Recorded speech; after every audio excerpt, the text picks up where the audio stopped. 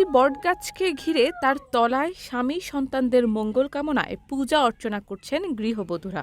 বর্ষপঞ্জি অনুযায়ী বৈশাখের প্রথম দিন থেকেই এই পূজা করে থাকেন তারা। নববধূ থেকে শুরু করে নানা বয়সী গৃহবধূরা এই পূজায় অংশ নেন। গ্রামের শতবর্ষী বটগাছকে ঘিরে এই পূজার আয়োজনকে বলা হয় ঐতিহ্যবাহী বৌমেলা। সনাতন ধর্মের অনুসারীরা শত বছর ধরে বংশ পরম্পরায় এই বৌমেলার আয়োজন করে আসছে।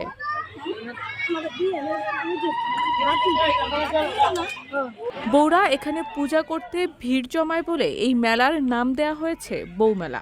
নারায়ণগঞ্জের সোনারগাঁয়ে জয়রামপুর গ্রামে ৩ দিনব্যাপী এই মেলা চলে, যেখানে নারীরা পূজায় বসেন, আরাধনা করেন। পূজায় অংশ নেওয়াদের ধারণা, এখানে আরাধনা করলে স্বামী সংসারের বাঁধন অটুট থাকবে এবং স্বামী সন্তানদের নিয়ে সুখে শান্তিতে সংসারে বসবাস করতে পারবে।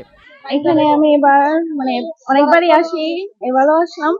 তো এবার এখানে এসে আমার অনেক ভালো লাগতেছে। এখানে পরিবেশ আমার অনেক ভালো লাগে। সংসার সুখ শান্তি সব সমৃদ্ধির জন্য এখানে আসা হয়।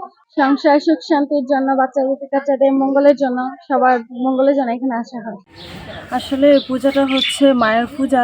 মা বছরে একবার আসেন, প্রতি বছরই আমাদের সন্তানের মঙ্গলের জন্য, সবার মঙ্গলের জন্য মা আসেন। তা আমরা বলতে পারি না, আমার শাশুড়িও এই পূজা যে করছে বলতে পারে না কত বছর যাবত এই পূজা হয়। আমরা প্রতি বছর এই পূজা করে যাই, মঙ্গলের জন্য, জগতের কল্যাণের জন্য, সকলের যাতে মঙ্গল হয় তার জন্য আমরা পূজাটা করি।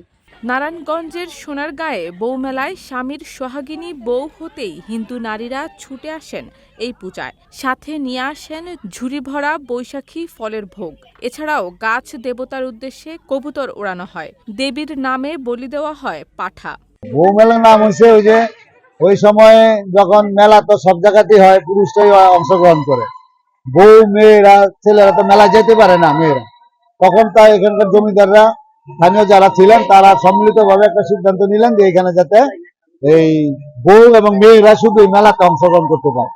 এই তখন থেকেই মেয়ে এবং এই অঞ্চলের যারা বৌমা যারা, তারাই এই মেলাতে অংশ, তখন থেকে এটার নামকরণ হলো বৌমেলা।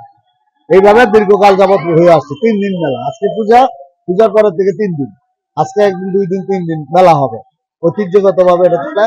আর এই মেলাতে আমরা আসলে সরকারি কোনো এই মন্দিরটার জন্য সরকারি কোনো আমরা সহযোগিতা আগে পর্যন্ত পাই নাই। কোনো আর সামনে আমি দাবি করি আপনাদের মাধ্যমে যাতে আমরা এখানে সহযোগিতাটা পাই। সনাতন ধর্মাবলম্বীদের কাছে সিদ্ধেশ্বরী মা কালীতলা শতবর্ষী এই মেলা। পূর্বে আমার পূর্বপুরুষরা এখানে পূজা অর্চনা করেছে, এখন বর্তমানে আমি করছি। বৈশাখের সনাতনী বিশুদ্ধ পঞ্জিকা মতে আজকে পহেলা বৈশাখ, নববর্ষের প্রথম দিন। এখানে সনাতন ধর্মাবলম্বী তথা অন্যান্য ধর্মাবলম্বীর লোকজনও এই মেলাতে অংশগ্রহণ করে। সকাল থেকেই নববধূগণ এবং পুরাতন বধূগণও এখানে এসে মায়ের নামে তেল, সিঁদুর, পান অর্পণ করে। সিদ্ধেশ্বরী কালীতলা নামে পরিচিত বটগাছটি এলাকায় বৌতলা নামে প্রসিদ্ধ। মেলার সময় অসংখ্য নারীর পদচারণায় মুখরিত হয়ে ওঠে এই এলাকা। পূজা অর্চনা শেষে ভক্তদের মধ্যে প্রসাদ হিসেবে ফলগুলো বিতরণ করা হয়। পূজার পরপরই শুরু হয় 3 দিন ব্যাপী বৌমেলা। শারমিন নিশু, ঢাকা পোস্ট।